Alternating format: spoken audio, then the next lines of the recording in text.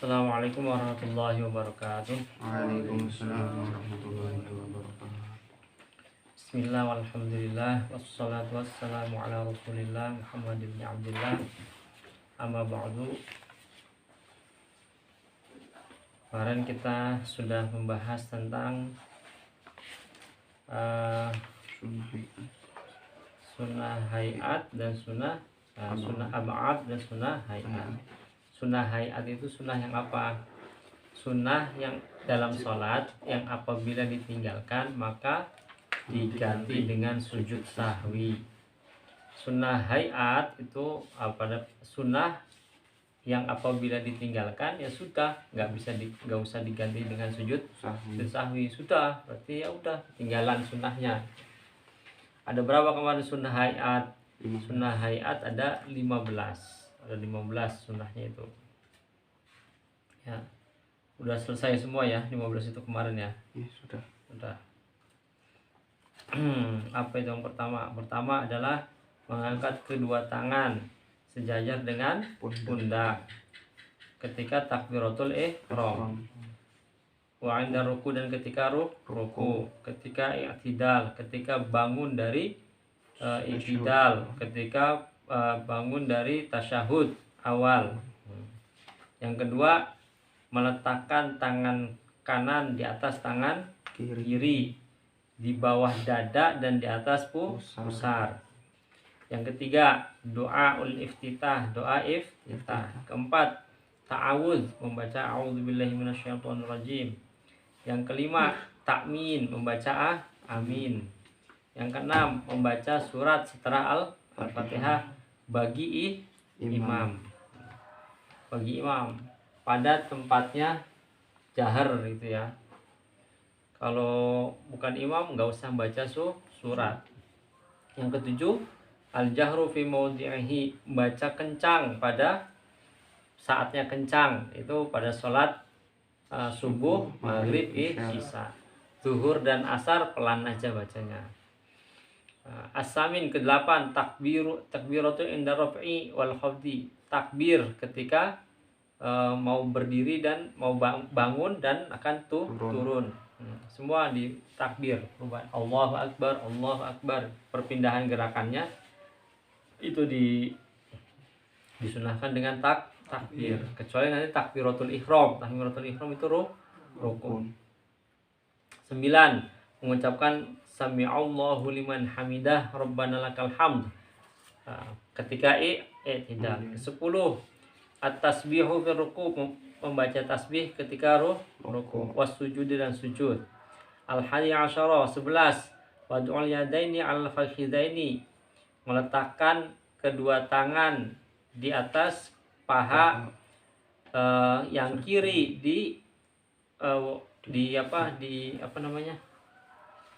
dibeberkan, yang kanan digenggam, kecuali nanti jari telunjuk. Yang ke-11, iftiros, duduk iftiros pada setiap duduk iftiros itu duduk tasyahud awal dan duduk antara dua sujud, itu namanya duduk iftiros. Yang ke-13, duduk tawarruk. Duduk tawarruk itu duduk ketika tahiyat akhir, itu sunnah. Jadi kalau kamu ketika tahiyat akhir tidak duduk tawarruk ya nggak batal sholatnya, cuman tidak mendapatkan sunnah. 14, atas 5 saniyah, salam yang kedua, itu salam yang ke kiri. Kalau salam yang ke kanan itu rukun. Al-khamisah asyara, yang ke-15, niyatul khuruj minas sholah, niat keluar dari sholat. Itu ada 15 sunnah hayatnya sholat. Lainnya rukun. Kita lanjutkan. Mata ing dalam waktu kapan yajharu bantarakan sapa al musolli wong kang salat, wa mata dan ing dalam waktu kapan yusirru ngelirihaken sapa al musolli, sapa wong kang salat. Kapan dibaca keras, kapan dan dibaca pelan, kapan membaca pelan dan kapan membaca keras bagi seorang yang salat. Yajharu bantarakan sapa musolli raqaatil ula ing dalam rakaat pertama, wasaniyati lan ing dalam rakaat kaping pindho bantara kene mau min sholatil subhi saking salat subuh wal maghribi lan maghrib wal isya'i lan isya. Jadi dikeraskan bacaannya ketika rokaat pertama dan rokaat kedua pada saat sholat subuh, maghrib dan isya bagi imam ini. Keraskan bacaan Al-Fatihahnya dan bacaan suratnya, jangan pelan-pelan. Bacanya pelan. Seperti sholat zuhur atau sholat asar. Itu sunnah, memang sunnah. Tapi baiknya ya sesuai dengan sunnahnya gitu. Baca yang keras. Terus apa lagi? Wa fi raq'atis salisati mana? Wa yusirru lan ngelirihaken atau ngalonaken sapa musolli fi jami'i sholati dhuhri ing dalem sekabehane salat zuhur. Ing dalem sekabehane rakaate salat zuhur wal asri lan asar. Wa fi raq'atis salisati lan ing dalem rakaat kaping telu min sholatil maghribi saking salat maghrib. Wa fi salisati lan ing dalem rakaat dalam kaping telu warabi'ati lan warabi' dan kaping papat min sholatil isya'i saking salat isya. Jadi yang tadi keras itu ketika rakaat pertama dan rakaat kedua pada salat subuh, maghrib dan isya. Kencang bacanya. Nanti yang pelan itu kapan? Ketika semua rakaat dalam salat zuhur dan sholat asar pelan bacanya. Terus rokaat ketiga pada sholat maghrib dan rokaat ketiga dan keempat pada sholat isya pelan bacanya, gak usah kenceng gitu ya. Kemarin sudah saya jelaskan bahwa imam itu bacanya pada waktunya keras ya, pada waktu baca keras yaitu pada sholat itulah. Kita contohkan maghrib ya, maghrib imam baca Al-Fatihah ya. Makmum mendengarkan, makmum jangan ngikut-ngikut baca. Ketika imam sudah selesai, ghairil maghdubi alaihim waladdallin, baca amin ya. Imam berhenti sesaat. Berapa lama? Nunggu makmumnya selesai baca Al-Fatihah. Kira-kira lah itu berapa menit, berapa detik lah. Enggak menit lah, ya mungkin 1 menit lah. Tunggu, kelamaan 1 menit. Tunggu 30 detik lah, intinya sampai makmum selesai membaca Al-Fatihah. Setelah makmum selesai membaca Al-Fatihah, imam baru melanjutkan bacaan surat. Bacaan surat. Ketika imam sedang membaca surat, ya, maka makmum mendengarkan bacaan imam. Makmum nggak usah ikut-ikut baca surat, nggak usah. Dengarkan bacaan imam gitu, jangan ikut-ikut baca. Dengarkan bacaan suratnya imam gitu, bacaan suratnya imam dengarkan. Tapi sekarang itu berbeda, jadi imam setelah selesai baca Al-Fatihah langsung baca surat, langsung loh tanpa jeda. Harusnya baiknya ya berikan waktu beberapa saat, ya barang 30 detik lah untuk makmum membaca Al-Fatihah gitu. Kemudian baru lah kalau imamnya langsung bagaimana? Ya nggak apa-apa gitu, nggak apa-apa. Kamunya baca Al-Fatihah kan. Jadi setelah selesai Al-Fatihah, makmum selesai Al-Fatihah, dengarkan bacaan imam, dengarkan bacaan imam. Tapi nanti ketika pada rakaat ketiga dan keempat ya, kalau sholat isya ya berarti ketika selesai baca Al-Fatihah sudah langsung ruku. Nah, tidak ada bacaan surat lagi gitu. Nggak baca surat, langsung ruku. Al-Fatihah aja langsung ruku. Makanya rakaat ketiga dan keempat itu relatif lebih cepat gitu. Jadi kayak gitu. Ada pertanyaan di sini? Siroj? Hey. Ini pun sebenarnya sunnah ya. Kalau kita lihat yang kemarin itu kan bacaannya keras, kapan waktu baca keras, kapan waktu baca pelan, itu sunnah. Sunnahnya sunnah hayat gitu. Kita lanjut. Ma iku apa mubtilatus sholati utawi pira-pira perkara kang batalaken salat. Apa saja yang membatalkan salat? Mubtilatuha utawi pira-pira perkara kang batalaken salat iku arbaatun ana papat. Al awalu utawi kang pertama iku al kalamu ngomong amdan hale sengaja. Kalau ngomong nggak sengaja bagaimana? Asani utawi kang kaping pindho iku salah suharokatin telu piro-piro obahan mutawaliyatin kang nuli-nuli. Yang kedua yang membatalkan sholat adalah bergerak sebanyak 3 kali berturut-turut. Pergerakannya pergerakan besar. Kalau hanya bergerak jarinya itu nggak batal. Ya, meskipun lebih dari 3. Gatal, ya garuk aja. Kalau begini udah batal ini. 3 kali itu membatalkan sholat. Batal sholatnya. Makanya 1 jari aja. Ini pun pergerakan yang besar ya. Kalau kamu kedip-kedip itu nggak membatalkan sholat. Meskipun lebih dari 3 kali. Jadi gitu, ini 3 kali. Jadi sholat ini mengarahkan sholat bisa lebih khusyuk gitu ya. Jangan banyak gerak gitu.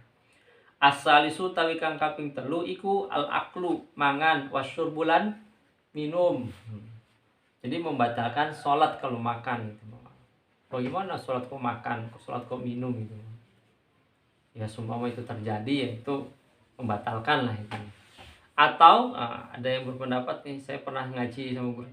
Ketika kamu lagi sholat ada selilit ya di giginya, terus kamu telan, ini membatalkan sholat gitu. Itu makan berarti. Atau ketika kamu habis wudu banyak gitu air, muka rambut panjang kayak si Rifan, banyak airnya netes terus dijilat ya sampai ke bibir. Itu namanya minum dengan sengaja. Batal jadi kayak gitu, batal. Ar-rabi'u tawi kang kaping 4 iku tarku ruknin ninggal rukun min arkaniha saking pira-pira rukune salat. Jadi meninggalkan rukunnya sholat, membatalkan sholat. Kemarin sudah kita bahas rukun-rukunnya sholat itu apa aja. Al-Fatihah ya, itu rukunnya sholat. Kok kamu nggak baca Al-Fatihah, berarti sholatnya tidak sah, batal berarti kan. Apalagi yang merupakan rukun sholat? Tahiyat akhir ya, membaca sholawat kepada Nabi di tahiyat akhir gitu. Kamu nggak membaca sholawat ya, cuman asyhadu an la ilaha illallah asyhadu anna muhammadar rasulullah. Selesai sampai situ assalamualaikum warahmatullahi wabarakatuh. Maka sholatnya tidak sah. Kenapa? Kamu meninggalkan rukun. Nah, pada bulan Ramadan ini dulu sebenarnya banyak pertanyaan tuh. Gimana tuh kalau imamnya cepat banget? Ya tetap kamu tidak boleh meninggalkan rukun. Ketika tahiyat akhir, kamu harus sampai selesai membaca sholawat kepada Nabi Muhammad SAW. Meskipun hanya sholawat Allahumma sholli ala sayyidina Muhammad wa ala ali sayyidina Muhammad begitu, harus dibaca itunya.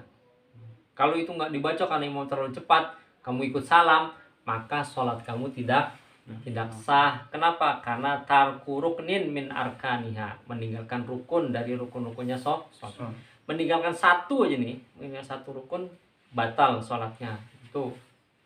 Ya gitu. Jadi kalau imamnya cepat tahiyat akhirnya, atau imamnya cepat ketika awal bismillahirrahmanirrahim alhamdulillahirabbil alamin arrahmanirrahim dalam 1 nafas, kamu pun harus selesai baca Al-Fatihah gitu. Gak bisa ketika imamnya begitu selesai Al-Fatihah kamu baru amin. Biasanya aminnya juga cepet ya, karena pengen cepet-cepet. Kalau amin itu kan mandan santai, karena tarawihnya cepet, imamnya cepet gitu ya. Jadi wairul maghdubi alaihim waladdallin amin. Ini jadi kayak kurang gimana gitu rasanya itu. Amin begitu selesai gitu amin, imam yang bismillahirrahmanirrahim yasin Allahu akbar. Nah kamu belum sempat baca Al-Fatihah saat itu, kamu ngikuti imam, ya berarti kamu nggak sholat, sama aja nggak sholat, batal sholatnya begitu. Kamu harus baca Al-Fatihah. Karena apa? Al-Fatihah merupakan rukun dari sholat gitu loh. Lalu terus gimana kalau imamnya kayak gitu? Kalau kamu nggak mampu mengimbangi, ya jangan makmum dengan imam yang seperti itu gitu loh. Itu ya. Itu dari ketika sedang berdiri ya, ketika sedang baca Al-Fatihah. Nah, ketika tahiyat akhir juga kadang seperti itu. Tahiyat akhir itu membaca sholawat merupakan rukun. Karena imamnya cepet banget begitu, at-tahiyatul, nggak tahu pakai bacaan apa cepet ya, nggak nyampe sholawat ya. Kamunya itu nggak nyampe sholawat, baru sampai asyhadu alla ilaha illallah asyhadu anna muhammadar rasulullah, imamnya salam. Bahkan imamnya udah salam sejak lama, kamu sampai situ doang terus kamu salam, tidak membaca sholawat kepada Nabi, maka sholatnya batal, tidak sah gitu. Ini yang perlu jadi perhatian kalau kamu dapat imam yang super cepat gitu kan, super cepat. Mungkin itu yang jadi makmum harusnya Superman. Jadi dia bisa baca cepat gitu kan.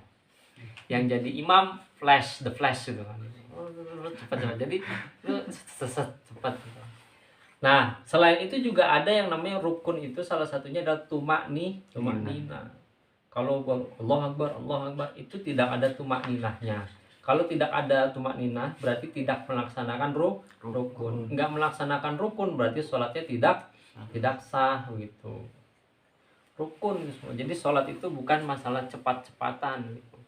Terus bagaimana kalau itu ternyata yang cepat, yang jamaahnya banyak gitu. Kita ini demi menarik masyarakat supaya masyarakat mau ke masjid. Ya monggo, tapi harus tetap memperhatikan rukun-rukunnya sholat begitu. Jelaskan kepada makmum. Kita nanti akan cepat. Karena cepat jadi kita hanya 4 rakaat. Nah, tarawihnya itu 23, tapi kalau batal semua gimana kan? Yang sedikit lebih baik tapi berarti daripada yang banyak tidak berarti. Bagus banyak berarti. Itu kayak gitu ya. Ini perlu diperhatikan rukun-rukunnya sholat gitu. Sebelum sholat nanti ada wudu. Harus tahu rukun-rukunnya wudu. Kalau nggak tahu, aduh, jadi kan kalau wudunya nggak sah, maka sholatnya pun tidak sah. Merasa bahwa dia sudah beribadah, padahal sesungguhnya belum. Ini tataran fikih loh ya, tataran fikih. Inilah pentingnya ilmu. Ma iku apa hukmuman hukume wong taroka kang wis ninggal sapa man ruknan ing rukun. Rukun mau min arkanis sholati saking pira-pira rukune salat. Sahwan halela lali. Bagaimana hukumnya orang yang meninggalkan rukun dari rukun-rukunnya sholat karena lupa gitu, bukan karena sengaja gitu. Yakti mongko nekani sapa man bihi kelawan rukun idza tadzakkara nalikana emut sapa man hu ing rukun. Wa yasjudu lan sujud sapa man lisahwi krana arae lali. Ketika dia meninggalkan rukun, maka nanti dia harus melaksanakan rukun itu gitu ya. Rukun itu harus dilaksanakan ketika dia ingat gitu. Kemudian setelah dilaksanakan, kemudian dia sujud sahwi gitu, sujud sahwi. Tadi saya meninggalkan rukun. Loh, katanya meninggalkan rukun batal. Ya batal kalau selama sholat itu tidak dilaksanakan. Tapi kalau dia ingat terus dilaksanakan, maka sholatnya tidak batal. Itu contoh begini. Ketika Al-Fatihah itu adalah rukun dari rukunnya rukun-rukun sholat. Kamu tidak membaca Al-Fatihah pada rakaat pertama gitu ya. Mungkin karena kamu kebanyakan tugas bikin makalah gitu. Allahu Akbar, langsung tugas Islamic building, tugas psikologi pendidikan, tugas filsafat Islam. Gimana ini dalam satu waktu. Tahu-tahu imamnya sudah ruku, kamu langsung Allahu Akbar, ngikuti imam ruku. Ketika kamu sujud, kamu ingat astagfirullah. Tapi nggak usah disebutin kalau kamu ingat tadi saya belum baca Al-Fatihah ini. Berarti kamu tidak terhitung satu rakaat, tambah nanti nambah rakaat yang lain gitu. Ketika imam salam, kamu berdiri lagi. Kenapa? Karena di rakaat pertama kamu belum baca rukun, belum melaksanakan rukun, yaitu membaca Al-Fatihah. Kamu berdiri lagi, orangnya nggak tahu loh, kok sholatnya 5 rakaat ini gitu. Enggak, karena apa? Karena yang tadi rakaat pertama tidak terhitung rakaat karena dia meninggalkan rukun, laksanakan rukunnya. Gitu. Kayak gini maksudnya gitu. Ya'ti idza tadzakkara. Dia harus melaksanakan rukun itu ketika dia ingat. Kemudian setelah terakhir sujud sahwi. Doa sujud sahwi gimana? Muslih. Ahmad gimana, Mat? Dil? Subhanaman la yanamu wa la yashu. Maha suci Allah, maha suci zat yang tidak tidur dan tidak lupa gitu. Subhanaman la yanamu wa la yashu. Itu doanya sujud sahwi. Jadi ini rukun. Jadi rukun itu harus dilaksanakan. Dan sholat jangan melamun supaya nanti kamu benar-benar melaksanakan rukunnya. Kamu sadar, oh iya saya sudah melaksanakan semua rukun. Mungkin yang sering itu malah makmum ya. Nah, mungkin makmumnya banyak pikiran tadi gitu ya. Entah pikirin apa, pikiran utang atau makalah atau apa gitu kan. Jadi gitu. Ini penting sekali. Meskipun dasar tapi terkadang sering banget atau banyak sekali yang nggak tahu tentang dasar ini gitu. Rukunnya kadang suka ditinggal gitu kan. Ya bahkan ada yang mungkin ya sudah ngaji, sudah cukup lama ngaji, rukunnya wudhu itu ada berapa dan apa saja. Nah, jawabnya kumur. Nah, kumur itu bukan rukun, itu sunnah. Jadinya waduh berarti tidak mengerti rukun wudhu. Jadi begitu. Ini harus dipelajari. Meskipun kitab yang sangat kecil seperti ini ya, tapi manfaatnya luar biasa besar gitu. Kita pelajari, kita pahami ya, dan apa-apa yang harus dihafalkan gitu. Nah, semoga nanti bisa kita amalkan. Nah, setelah amalkan nanti kita sebarkan kepada yang lain. Moga-moga begitu ya. Ada pertanyaan? Kayaknya pasti nggak ada nih.